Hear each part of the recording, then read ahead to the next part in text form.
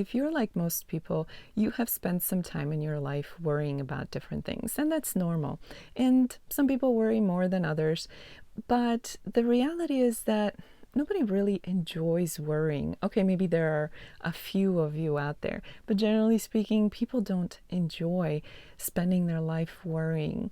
So instead of just giving in and becoming a victim to your state of worry or your habit of worrying, it's important that you look at the situation from a different angle, maybe zoom out a little, be more objective. And let me tell you what I mean exactly. First and foremost, it's important that we stop and think about what is it that we're worrying about.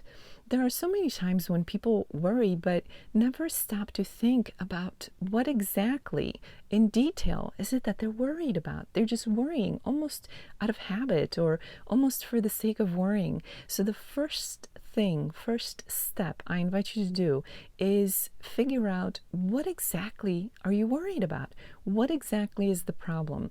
Defining the problem, you're partly there, right? That's a good starting point. If you don't define the problem, if you don't really know what you're worrying about, how can you resolve anything? How can you make anything better? So the first thing I invite you to do is stop and think about what is it that you're worrying about?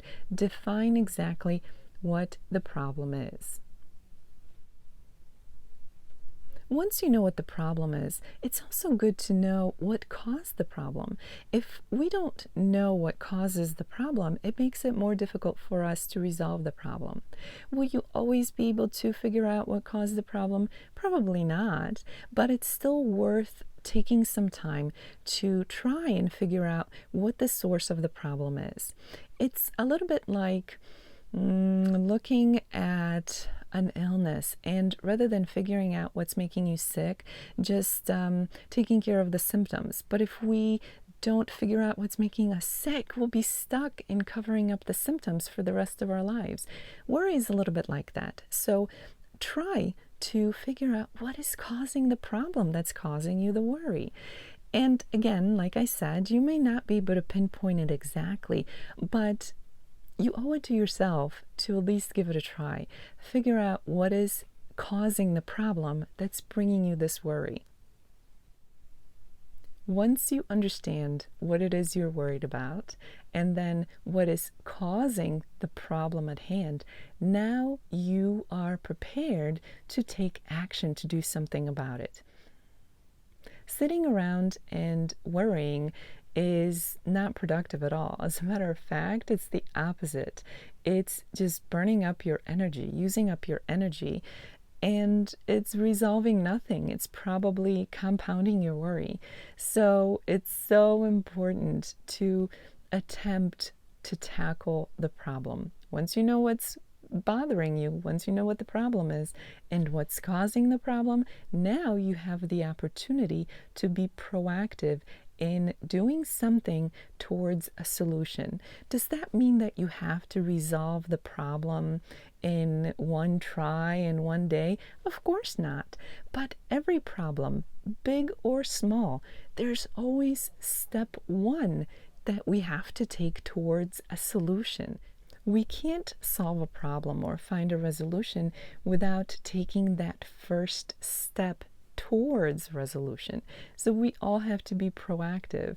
Once you know what the problem is and what's causing the problem, do something about it. Now, you're not expected to resolve a problem in one day or in one step. That may happen sometimes. It depends on the problem, but it's not something we should expect to be the case for every problem that we tackle.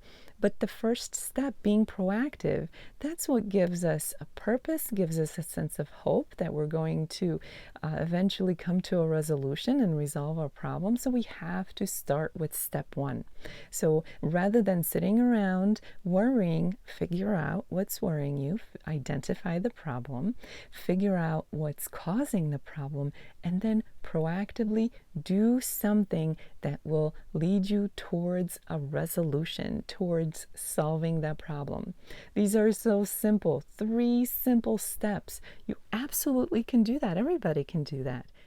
Don't let worry define your time, your day, your experience, who you are, and what you do. Take charge. Identify what you're worried about. Identify the problem.